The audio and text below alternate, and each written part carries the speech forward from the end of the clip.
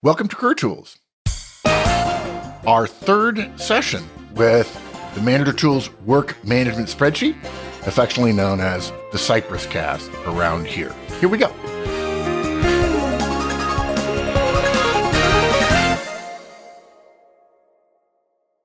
Folks, we've been creating management and career guidance for nearly 15 years.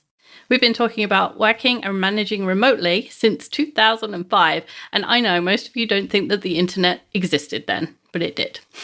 But if you're new to working remotely, you can get all of our working from home guidance by going to our website, www.manager-tools.com.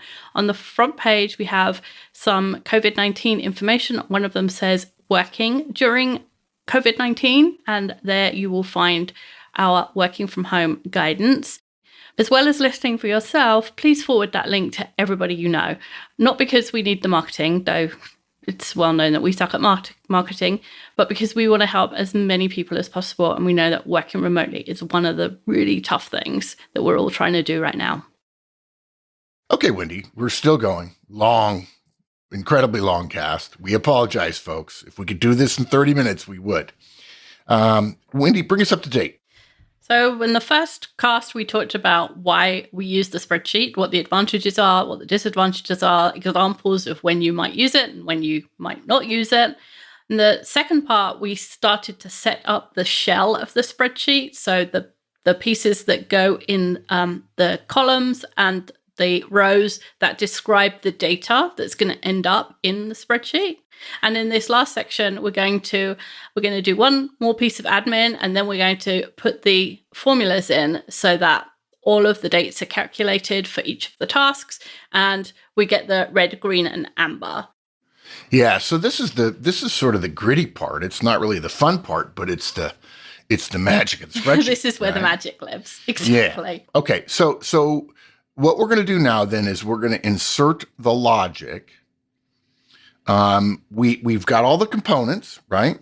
And we're basically going to calculate due dates, all that sort of stuff. We're going to actually try to describe that verbally. Mm-hmm. We're going to try. Yeah. Now, licensees also have access to a version of the spreadsheet that's live, right? That has the formulas in it. Yeah. So they can download a version and then just start putting their own data in. It's all been calculated for them.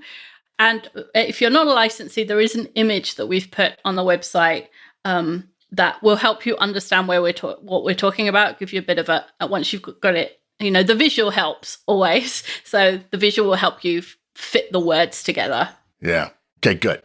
All right. So at a high level, we're going to start with column E, which is our template column, which can be a little confusing, but we learned the hard way when we first started doing this. You actually learned it, the template column is really necessary. It is. So this is the last of the administration columns. So we had the task number, we had the offset, which is to do with the due date, we had who's going to do the task, and then we had the task descriptions. And so those are all admin columns, and then this is the last admin column, the template column.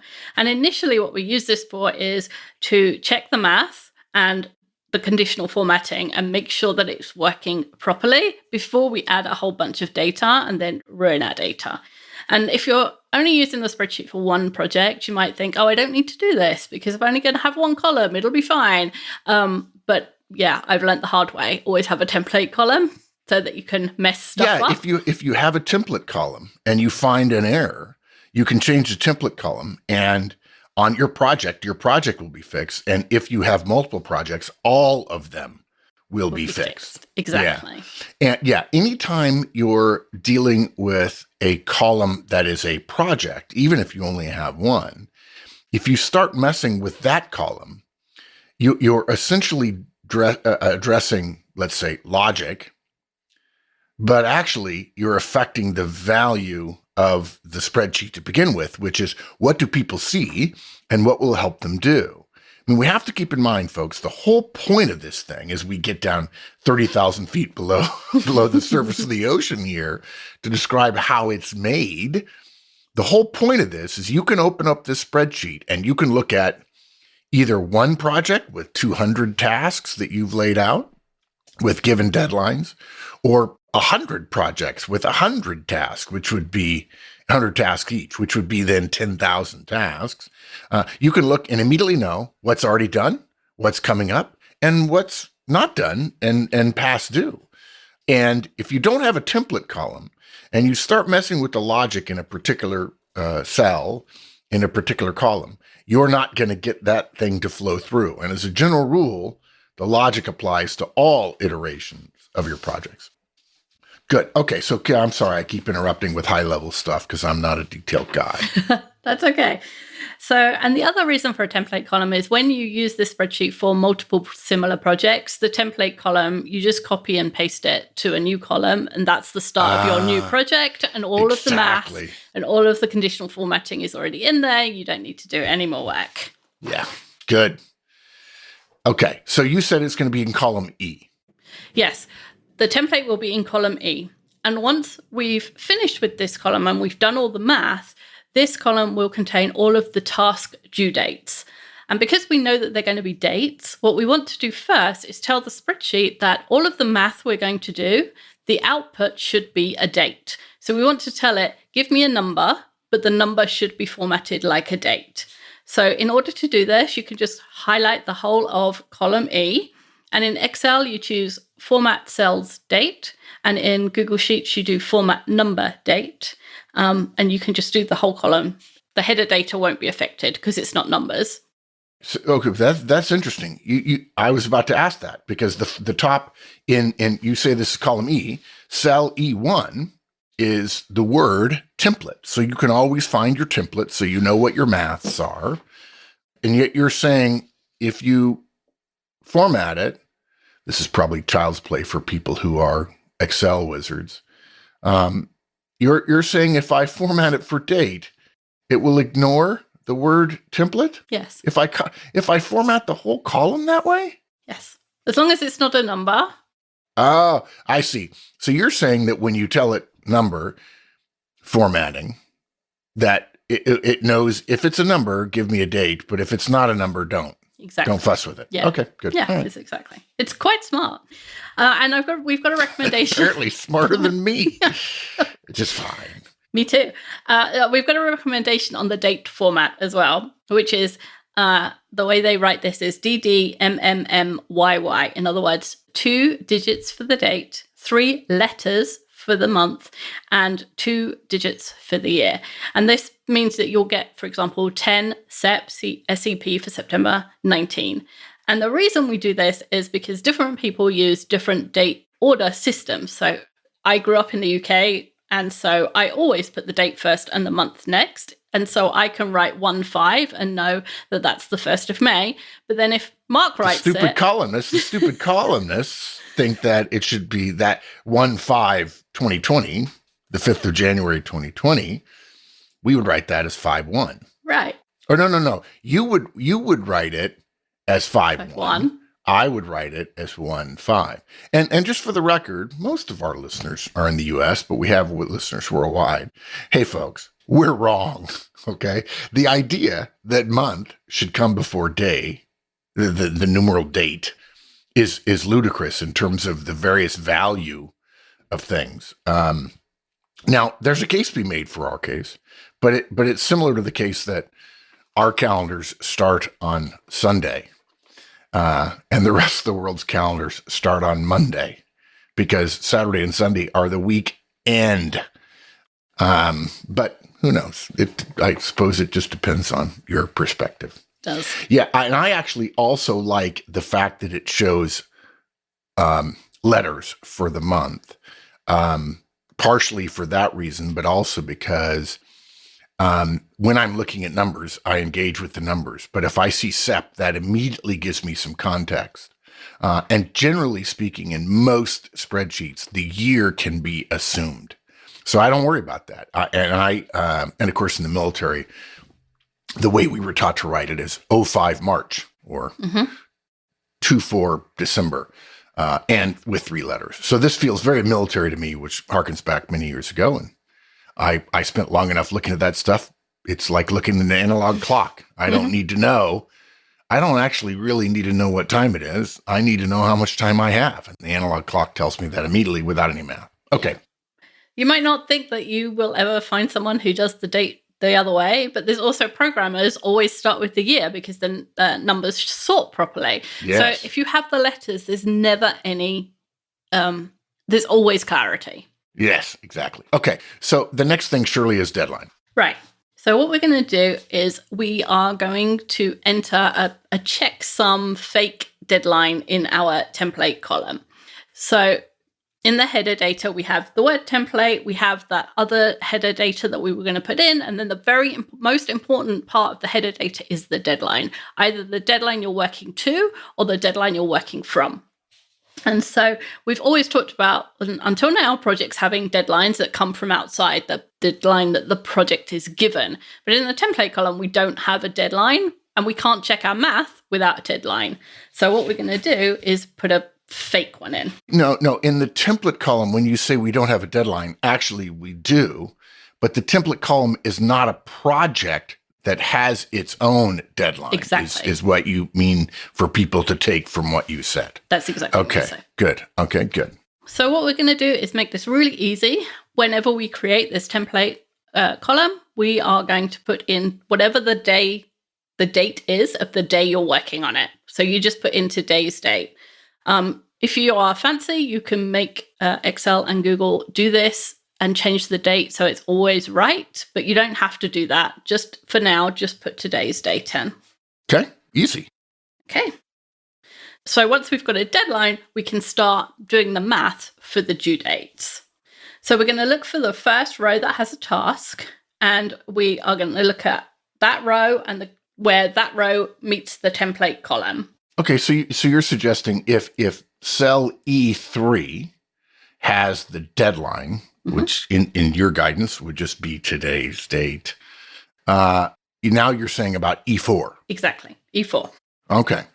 So in E4, we're going to work out the first task deadline, and the task deadline is the deadline minus or plus the offset. Can I just interrupt there? Because I suspect, I could be wrong, that most people who are listening to this are thinking of the deadline as when a thing is going to be done. Okay. And I think that would mean, you tell me if you disagree, that the majority of our listeners right now are thinking about tasks that are going to be due before the deadline, right? Right. And we're talking project deadline, not task deliverable deadlines, right? Exactly. Yeah. So what we're going to be using is a minus system. I remember the first time, when I was a kid and the moonshots took off and it was T minus, right? And it's weird. Or D minus for days, whatever. Okay. So we're going to be doing minus. You're technically right, Wendy, that you could do this in the future plus days, or you could do it minus days. But I think it's going to be really hard for people if you continue to talk about it could be either plus or minus. Right. I think we should use a convention that is most likely. And in this case, I think it's minus. Mm-hmm.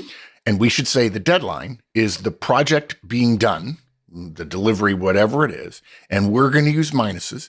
And if you're someone who uses a deadline to mean the start of something and going forward, and you're going to use pluses, we're going to ask you to do that math yourself. I don't think we can continue the technique of talking about both without confusing everybody some of the time. Okay. So in other words, we've got the deadline, which is some date, which we've told you is to put in today's date. Okay.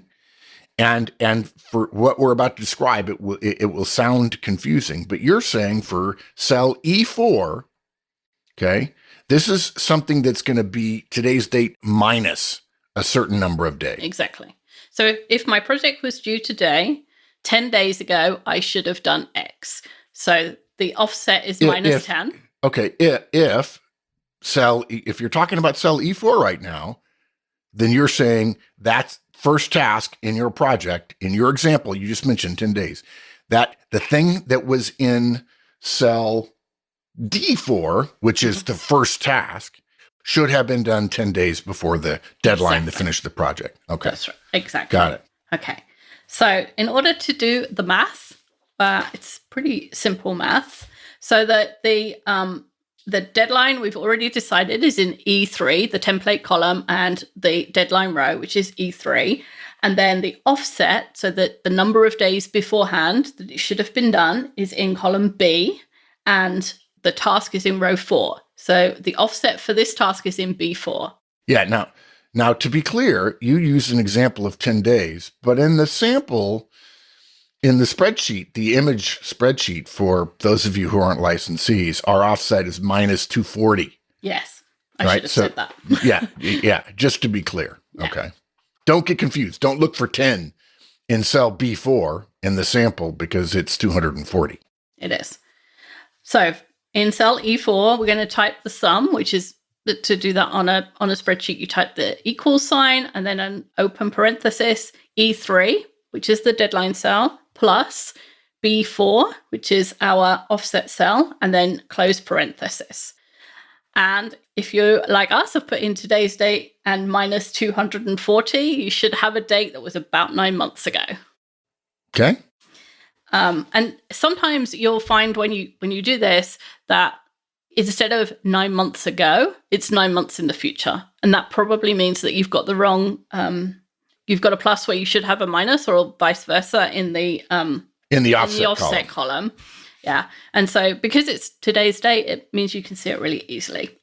So now we've got that working well in cell E4. We are going to copy that formula all the way down the column for as long as we have tasks. But what we don't want to do is do a direct copy, because what happens when you do, if you copy just what we've just said, E3 plus B4, when you copy it to the next row, Excel or Google Sheets will add 1 to the numbers that you put in there. So it thinks, oh, if we're going a row down, then you must want everything to be a row down. Yes, meaning not only B5, but also E4. E4, right? Yes. Which messes us up because all of our due dates need to be from the deadline. So the trick to stopping that happening is you put a $sign ahead of the part of the calculation that you don't want to change. Which in this case is the 3 of E3. Exactly. And the B of B4. Yes, because the offset column, no matter how many columns of projects you've got, the offset column will always be in B. So to make it easy for yourself, just do that. If you go back to E4 and type the formula, the equal sign, open parenthesis, E, and then the $sign 3 plus $4. No, plus $B4, close parenthesis, and then copy it. It will copy perfectly. Yes. And in fact, if you want to, once you highlight that cell, you'll see a little dot in the bottom right corner, at least in Excel. I don't know. I haven't pictured it in Google Sheets in a long time. And if you click on that and drag it down, once you get your $signs in the right place, it will populate everything all at once. You don't have to copy and paste individually, right? No, you don't. Yeah. You can just drag it down. It'll do the same thing. You can do the same thing on Google Sheets. Yeah, okay, good. That makes it nice and easier. Nice and easy. So once you have that row, that column of due dates, because the day is today, you can roughly know that if it was a due date that was 20 days ago and it's the 20th of April, then, the right number, the due date should be the 1st of April. So it's Roughly. nice and easy to check that you're getting it right. And some of the due dates will fall on days that you don't work. And we said this earlier, don't worry about it. Yeah, I agree. Yeah, don't. Somebody did email us and say, you do know about the work day? And I said, yes, we do, but we're just keeping this simple. Yeah, to be clear, guys, you say, oh, well, gosh, I want to finagle this so I don't have due dates on Saturday and Sunday. Look, let's not confuse the spreadsheet with the people doing the work. Let's not eliminate all human thought from this. If something is due on a Saturday, there will be weeks where somebody looks at that work and says, I'll do this today so that it'll show up as green on Monday. And there will be weeks where you're swamped and you'll come in and Monday there will be deliverables. Nobody expects that somebody would work on Saturday and Sunday on the due date of a thing to make sure you're not red on Monday. Although some people act as if being red is to be avoided at such great cost that your people are prepared to fib about it. That's not the point of being red. It's not punishment. It's an alert that more resources may be needed. But a couple of people have written in and say there's a formula that can calculate so you can avoid having things done on weekends. It's a pretty cool formula. Mm-hmm. We don't recommend you use it because things get complicated. Is that fair to say? Yeah. I mean, the moment you do that, think about national holidays or countries that don't work on Saturday, that have Friday and Saturday as their weekend, or people that work shifts. It just gets really complicated really fast. Yeah. Let's separate the tool that is helping us do our jobs from making it the tool's job. Exactly. Okay, that's the way to think of it. You're going to have some brain power. And if you're really good with Excel math, then fill your boots. Yeah, exactly. As they say. Whatever the rest of 2020 brings, I can tell you one thing. You won't have your resume ready when you need it. Because nobody ever does. The best time to work on your resume is right now, when you don't need it. When you have enough time to go through your calendar and your email and remember all of your successes. When you have time to find all those annoying typos. So start now with the resume workbook. An up-to-date resume is something a professional always has ready because you never know when an opportunity will present itself. And it might even be disguised as a layoff. Go to the website, look for products in the menu bar and select resume workbook and be one of those people who actually has their resume ready when they need it. Okay, so the next thing we're going to do is the formatting. So if you've never had a spreadsheet like this, having the due dates magically appear is just going to blow your mind. But it is. It does. It really does. I love Excel. I hate pivot tables, but this is just sexy. It's cool. It is cool. So what we're going to do now is just blow your mind a bit more. We're going to do some conditional formatting. Basically, conditional formatting is you tell the spreadsheet, if this happens, do this. So, for example, if the date in this cell was a day ago, turn the cell red so I know I'm overdue. Okay? That's all it does. It's just an if-then clause. Yeah. Okay. Good. So, but we've got a bunch of conditions. We don't just want red, we want amber, we want green, we want to know when a cell is done, and so on. So we are going to set a rule for each of these conditions, and we're going to put them in a certain order so that they work properly. So to do this, you start by highlighting all the cells with due dates, and then if you are in Excel, you do format conditional formatting. And the Google Sheets works slightly differently here. I think it's easier, but in Excel, you press a button, the plus sign on the pop-up, and then you choose Classic, choose a formula. And in Google Sheets, you use Format Cells and then Custom Formula. But the formulas are the same, so that bit's easy. So if we'll do an easy one first. So if the deadline has passed, then if the task due date has passed, then the cell should be red. So the formula for this, we start in cell E5. No, we start in cell E4. I'm sorry, right. It should be E4. Yeah. Where we started our calculations, and we write the equals sign E4, and then the smaller than sign, and then today, open parenthesis, close parenthesis.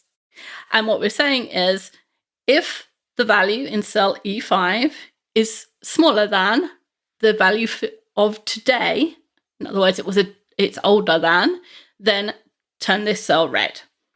And then, so at the bottom, you choose custom format, and then you can say, fill it with red and give it black text. Yeah. Okay, good. Now, if you copy that formula, that conditional formula into all of the cells, it will work out that you actually mean the other cell. All the cells. You don't mean all. You mean in this particular in the column. Yes. In this particular column, let's say we have one project here, right? Exactly. Yes. So I'm going to copy that down. Okay. And because I didn't put any dollar signs in the formula, it's going to copy all of that, and all those cells then are going to have that same logic applied to them. Exactly. If this cell has a value that was less than today, make it red. Yeah. Okay, good. If you did as Mark suggested, and we only have minuses in our offset, okay, things that should be done before the deadline, when you did this action, your whole deadline, your whole column, all of those due dates should have turned red because they were all before today. Yes, they were 10 days ago, 9 days ago. In our example, we mentioned 240 days ago.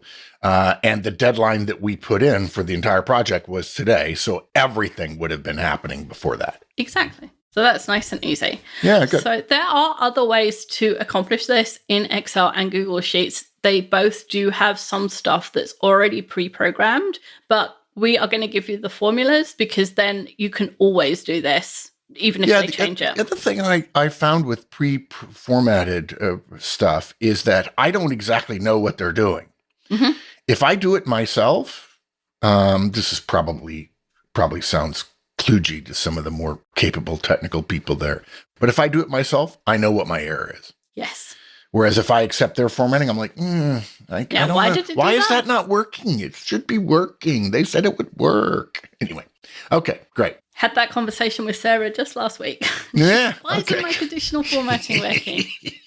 Okay, so what about the other conditional formats? Okay, so if the task is due in 3 days in the future or more, we don't want to be alerted to that task. It's not due yet. We don't need to be thinking about it yet. So we're going to make it white.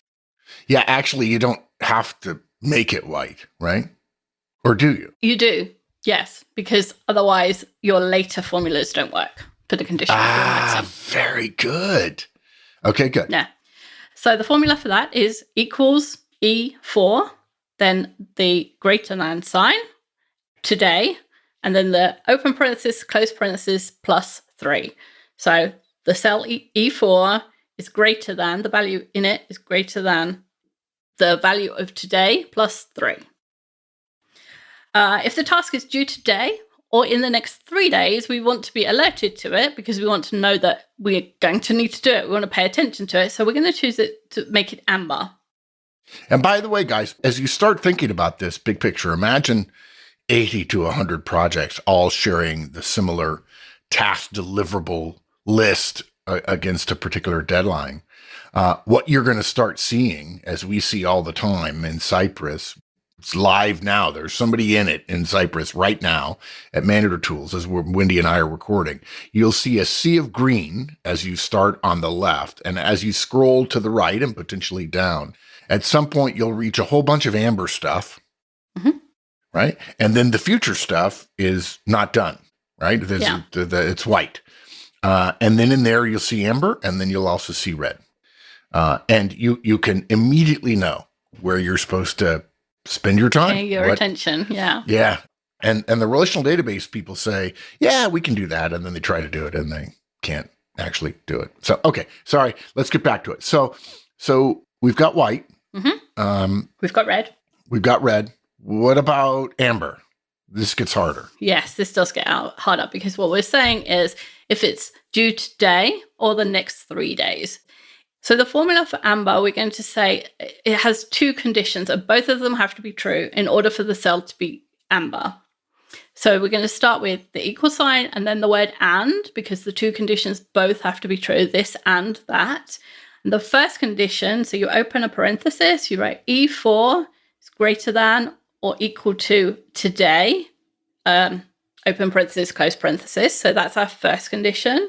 And then a comma, and then E4 is less than or equal to today, and then the open close parenthesis plus 3, and then you close the parenthesis for the whole column. So we're saying that the cell should have a value of today or any day up to today plus 3. It's cool. Okay. Okay. Red, we did. Okay, so the next one's easy. We want to, if we type done, as in the task is done in the cell, we want it to be green. So instead of a formula, you just choose format only cells that contain, and then choose specific text, and then you just write the word done. And Excel will look for the letters. It doesn't mind whether they're capitals or lowercase, and you then, in the section below, it says what formatting do you want, and you say turn it green with black text and magic. Yeah, and for the record, it doesn't look only for done. It looks for done. If it finds done, it turns the cell green, even if there are other words in there. Yes, exactly. So the beauty of that is you could put done and then put a note visible to all in there, or like the date you actually did it to help you analyze after the fact. Yeah. Some tasks are not applicable. So we want to do the same thing for not applicable as we did for done. Basically, we're just going to tell it, find cells that contain then specific text, and then put in N/A, which is what we write for not applicable. Again, you can write small letters or big letters, it doesn't matter. And then underneath, you tell it to turn green. So here's an example. We do domestic conferences and international conferences. We have a list of tasks for every conference that includes international steps, like arranging customs for our shipments. Okay. That is not applicable for domestic conferences. It's easier for us to have the greater list of tasks that are around international conferences apply to all of our projects. So the formatting across all of our projects is the same. And this formatting gives us the ability to exempt some tasks that are true for a subset of the projects, but not all of the projects.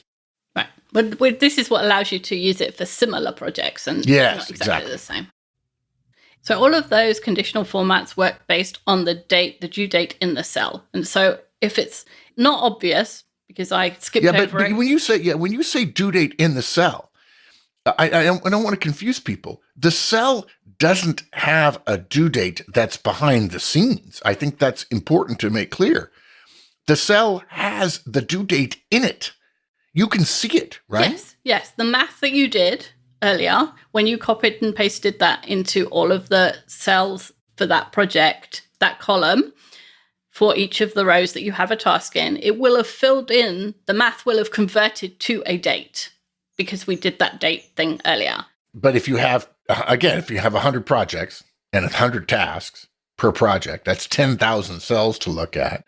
That sea of dates is impossible. The whole point of the genius of your conditional formatting is you don't have to read every single date for every single project, right? It tells you where to pay attention, right? But you figured out a couple of years ago that there's a problem where people are human and they make mistakes and they overtype a date or they get a date wrong. Exactly. Yes. So what do we do about that? So there's a couple of conditional formatting, these last two we're going to do, which are just designed to catch mistakes like that, where there should have been a due date, but there isn't. So if the cell is empty, so there should have been a calculation, there should have been a due date, but it's not there, we're going to turn it red because then we pay attention. It highlights, hey, there's a problem here.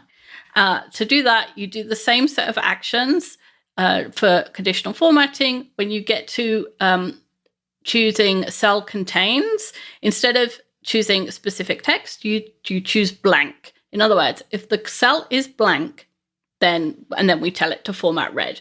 Because remember, we've already told the program, write a date in there for the date that thing is due, which we're then applying the red, amber, green conditional formatting to. So if it's blank, that's a problem. Exactly. Yeah, right. And then the other one is if the cell is not blank, but none of the other rules apply. So the rules say there should be a date, or it should say done, or it should say NA. They're the sort of three conditions which we expect, having done all the work that we've done previously. If it's blank, that's a condition we don't expect. Also, if it's not blank and something else got typed in there accidentally, like somebody's typing a comment and they accidentally type it in the cell, or they weren't paying attention, they thought they were typing the email and they're still in the cell. So we want to catch those as well. So what you do is you do the same set of actions, and where you would have chosen blank, choose not blank, and then tell it to conditionally format as red. So if it's blank, or if it doesn't have NA or a date, then done, then it's going to show up as red, as a way of identifying attention has to be paid here. There may have been a date that's been deleted. There may have been the words done that was deleted. All kinds of things. Yeah. Good. Yeah. Okay. Yeah. Good.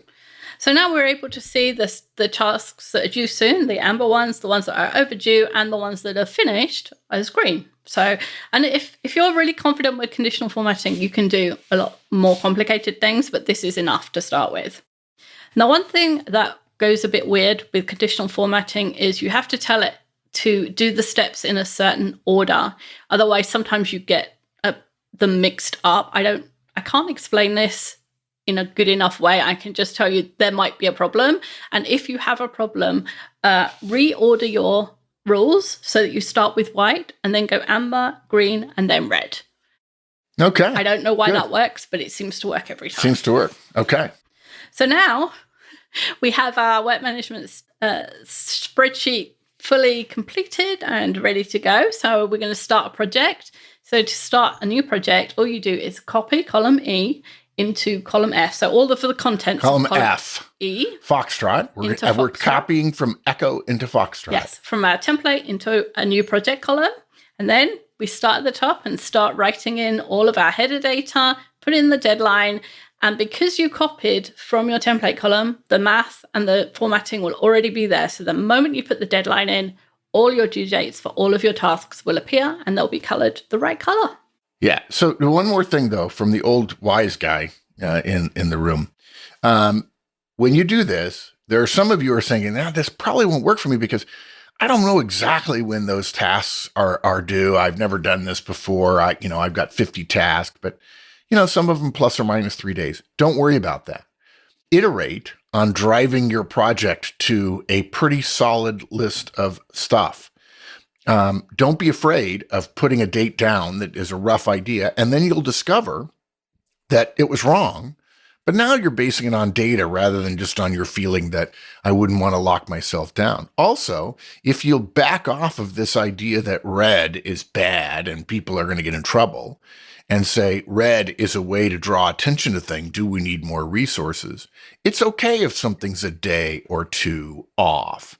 All you're doing is deciding you're paying attention to it, which in many cases, projects, they just need a way for us to pay attention to them beyond hey, how are things going? Fine. Mm-hmm. So don't be afraid to use this because the math suggests some rigidity. We feel no rigidity. And of course, we're recording this during time of COVID-19. And we've got, it's bloody. Cyprus is bloody right now because we have all kinds of stuff that hypothetically should have been done, but we literally cannot do it. In fact, Cassie, who is our logistics associate, who's responsible for all of the support of all of our client gigs and all of our public conferences, it makes her, she admits to having anxiety when she goes to bed, when she gets up in the morning, because it's just red, and it wasn't red a month ago. But don't worry about it being red. Worry about getting enough data so that you can fine tune your project. And to identify, the purpose of this is to identify where you should be focusing, not identifying failures, because they're not necessarily failures. In fact, we've just, since we started recording this, we have created a new offering of digital delivery, live training over the internet.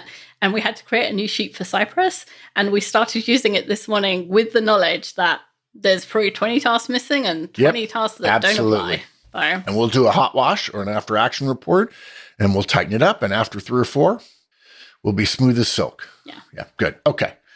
All right. So we're going to talk about how to use it. Yeah. So in the morning, whenever you open your spreadsheet, you look at the tasks that are amber, and you decide whether you're going to do that task today or tomorrow or the next day, since you've had 3 days. And when you've done a task, in the cell where the due date is, you type the word done. And when you type the word done, the cell will turn green. All right. So you're typing done. You're obliterating the date? It depends what you want to do with it afterwards. What we do is write done and then a dash and the date the task was actually done. So that we can go back later and have a look at, okay, this is what we estimated, or this is when we said it should be done versus this was when it was actually done. If there's only you working on it, then you probably don't need to do that. If there's lots of people, the more people that are working on it, the more important that gets, and the more cells you have, the more projects you have, the more tasks. Yeah, I generally err. If I'm going to get somebody to go into that cell and type in done, I'm going to want them to put the date it was done. I actually think in an ideal world, we'd put done and then the date it was done before the actual date that was in there before. Yeah. So we can look for potential. Yeah, this one's always done 3 days early. We should move that task up because on that particular date of a particular project, 5 things are due. And this one always seems to be done early. Why don't we move it up? But that may be too much data for a lot of you, and that's okay. I'd understand that. And then the only other thing is if the task is due to be done, but you look at the task and think this isn't a task that applies to this project, if you're using it for multiple projects, then you write NA, and then it will still turn green, so you'll know not to go back to that task. Okay, good. So in order to make the spreadsheet work, we have to have some rules of use, rules of the road, as it were. If there's only you using it, you probably don't need this. But they wait. Can I go back, Wendy? I would actually, you say, in order to make this work, we need some rules. I actually don't think that's accurate. I think what you mean to say is we have learned using this over the last several years with tens, maybe even now, fair to say, hundreds of thousands of tasks being done. We've learned some rules of thumb that would be helpful. Yes. Right? That's what I should say. Yeah. Yes. Yeah. You do not need and must and require, but hey, take it from us. We've been doing this for a long while now. We've got data to support these conclusions, and maybe you need to and as I've been saying, some of these are about how you view spreadsheets and status, red, amber, green, and so on. Right. So rule number one, suggestion number one is red means I need help, not I did something wrong.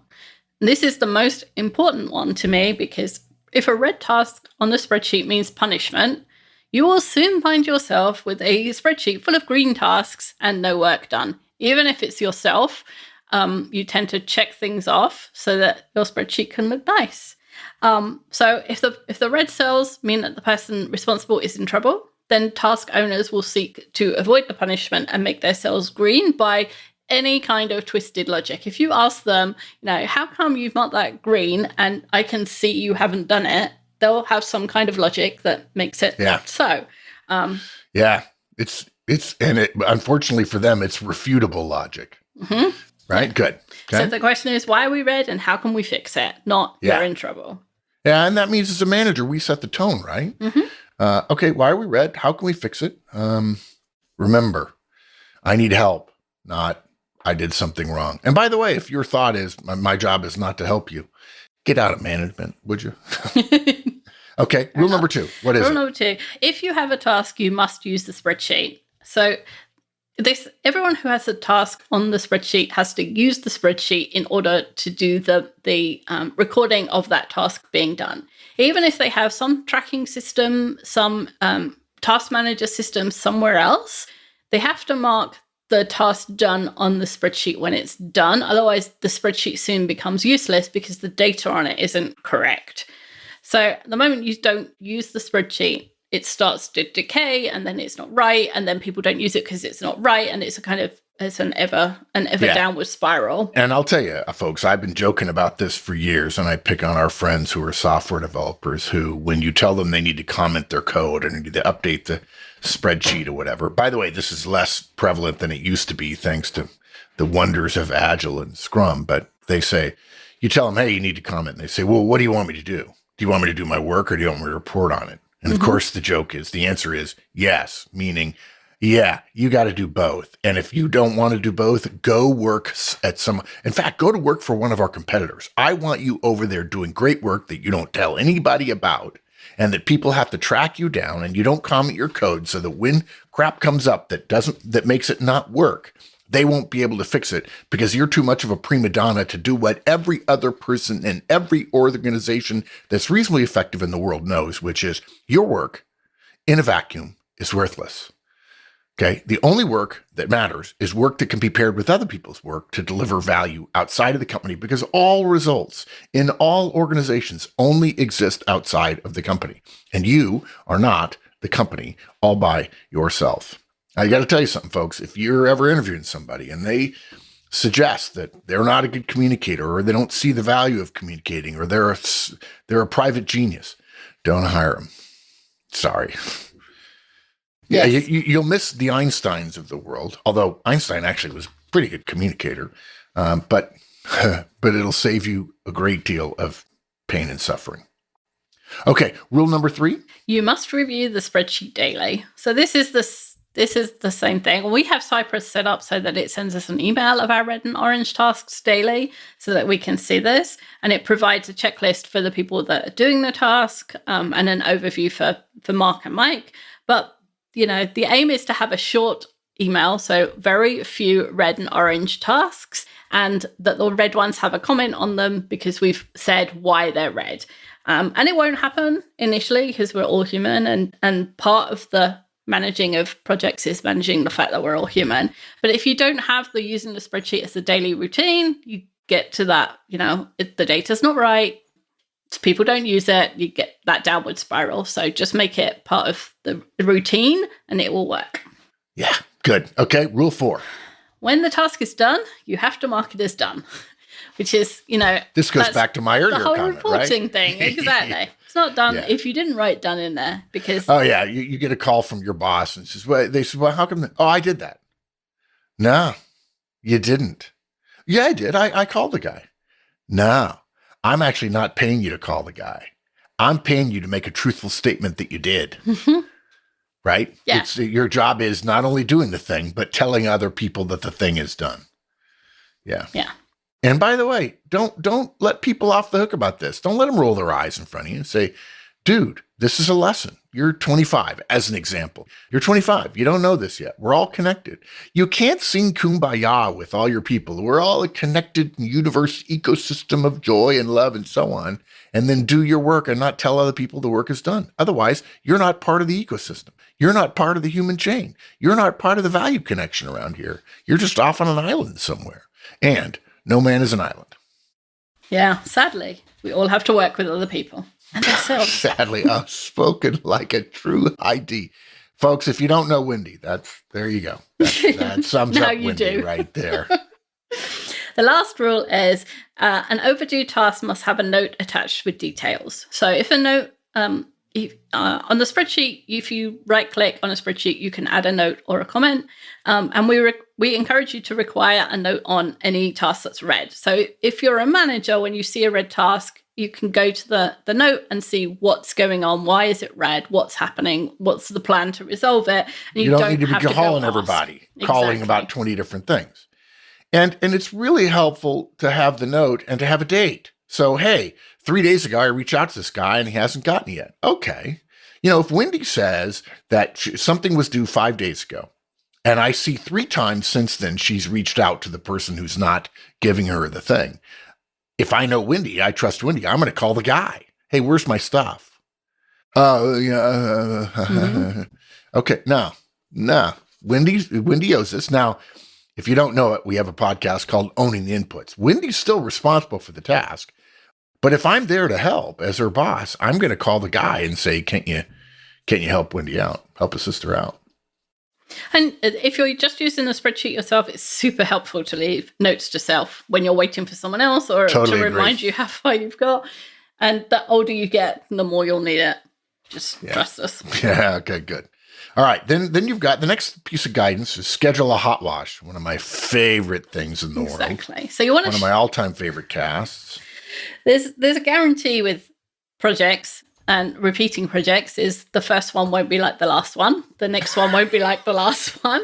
Everything changes all the time and change is the only constant and all of that. So in order to make sure that Cypress or your work management spreadsheet keeps up with the changes that are happening in your business and therefore remains useful, you have to change the tasks and the dates periodically. So schedule a hot wash meeting quarterly, and that allows you can look at the header data, the task order, the offset dates, the comments, how you're using it, and think, do changes need to be made? Do we need to change the wording? Do we need to change how long this takes? All of that stuff. Unless you have a significant error when you're in the 3 months between the meetings, don't just change things, because when you change things, you can't compare them and it starts to mess up your data. So you want to do, unless there's something that's causing a huge problem, try and only make changes in the quarterly periods at the quarterly end. Okay. Repeating projects. This is our bread and butter. Exactly. So until now, mostly we've been talking about just doing one project on the work management system. But when really comes to shine is when you have lots of similar projects. And so then you can have lots of projects in your columns, and you can see all the greens, all the oranges for all of the different projects. No matter whether you're on task 1 or task 21, you can see what it is. For example, we use Cypress for conferences, and conferences are projects that have different targets or goals or different deadlines, but the same or similar tasks, and they repeat over and over and over again. So that's the kind of project that is perfect for a work management system. And we'd recommend that you work all the way through one project before you start adding a whole bunch, because you just need to get through it and make sure that you've not forgotten anything and the dates. When you're making changes, it's easier if you've still only got one project.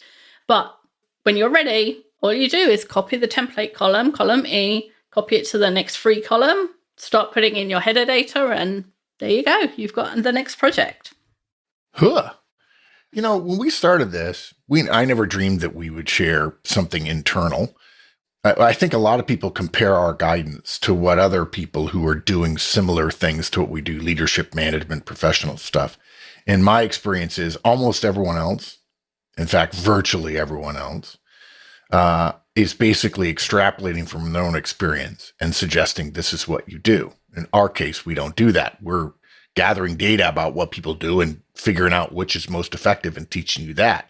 So sometimes I think people ask me questions when I'm presenting or when I'm with clients. Well, how did you learn this stuff? And I say, I didn't learn any of it. And so I have a patented line, not patented, but a pretty standard line I use. I tell people, we don't teach what I do. I do what we teach. In other words, these aren't my ideas. We were able to figure out what works in the world, broadly speaking. This is only the second time, as this podcast is coming out, only the second time we've ever talked about internal stuff. And interestingly enough, the first time was about 2 weeks ago, where we shared our internal process for cutting costs in light of what we believe to be the coming economic hangover associated with COVID-19, to try to give some folks some meat to hang on to, as opposed to just exhorting people, cut now, cut hard, cut deep. So this is really pretty rare, but I consider to be Cypress the single most important spreadsheet I've ever worked with in my life. And I've worked with a lot of spreadsheets. Well, good. Can you summarize? Yeah. Having a Cypress for your work will change your life for the better. Thanks to my guarantee, my personal guarantee, you can come after me. It helps you track and prioritize the work that you need to do. And when you use it with a team, you get so much more communication. And my line is, there has never been an employee survey where people said, please give me less communication. Yeah. Exactly. I would even go a step further. We didn't even mention it, but as a standard part of our weekly operations meeting, which every person in the company attends, the person who is responsible for Cypress, in this case, I mentioned Cassie, our logistics associate, she briefs on Cypress. We go over client conferences and public conferences, and we review all the tasks, particularly paying attention to the late ones, and whether or not there needs to be a strategic intervention, which lately there has been because of COVID-19's disruption to our fairly significant disruption to our business model. And to go a step further, we not only use Cypress for podcast for clients and for public conferences, we have a version of Cypress called Spyglass, which we use for all of the Manager Tools and Career Tools casts. Producing them, recording them, putting all the sound files together, and publishing them on the website and getting them in the RSS feeds.